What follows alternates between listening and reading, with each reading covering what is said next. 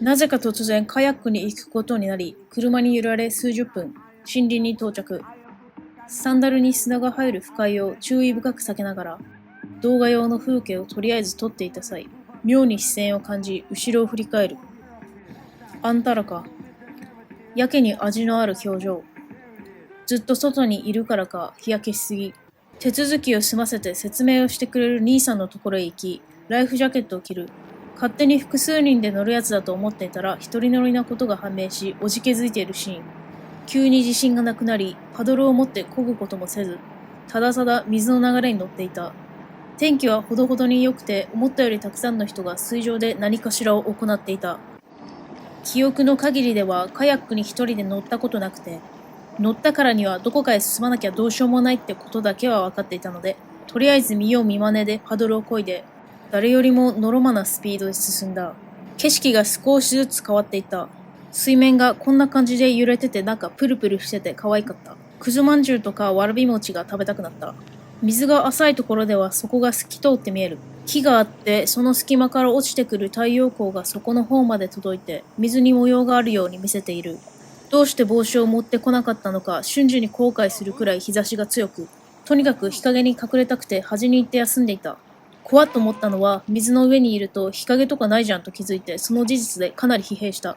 でも日陰があるような場所というか、端の方は水が浅いし、進むルートとして不適切で、どうしてもメインストリートに出なければならない。10回漕ぐごとにミドルオブノーウェアで降り注ぐ太陽光を手のひらで一瞬遮るというサバイブ方法を編み出した。漕いでいると青いトンボみたいなやつが先端に止まってきた。慣れているのか。自分よりもはるかに速いアメンボみたいなのが集団で隣の水面をスイート通過していったりしてちょっとムカついた。水面に尻だけ出す倒立を繰り返す鳥。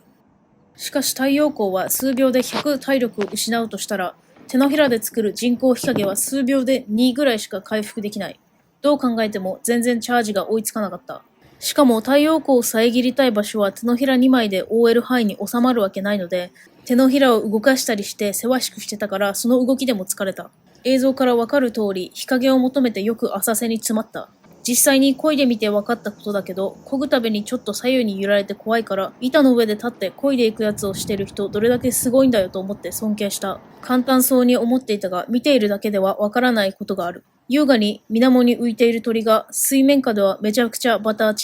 足してるみたいなやつ。結構ところどころに鳥がいたけど、あからさまに人間たちを避けることはせず、とあるリミットを超えて近づいてきたら徐々に若干避けていくみたいなスタイルに人間味を感じて面白かった。何かを争っている鳥も見れてよかった。大きい橋の下は大日陰パラダイス。できることならずっとここにいたかった。セリーヌ・ディオンの家だったらしい家を見たりした。この辺りは少し波が強く、たまに船体が大きく揺られて勘弁してくれと思いつつ、3度目ぐらいの波の時点ではすでに自分の中での回避方法を見出していた。人間が成長していく瞬間だった。途中で上がってみた小さい島の中に小さい家の基盤が残っていた。そこに住んでいた人は船が移動手段だったんだろうか。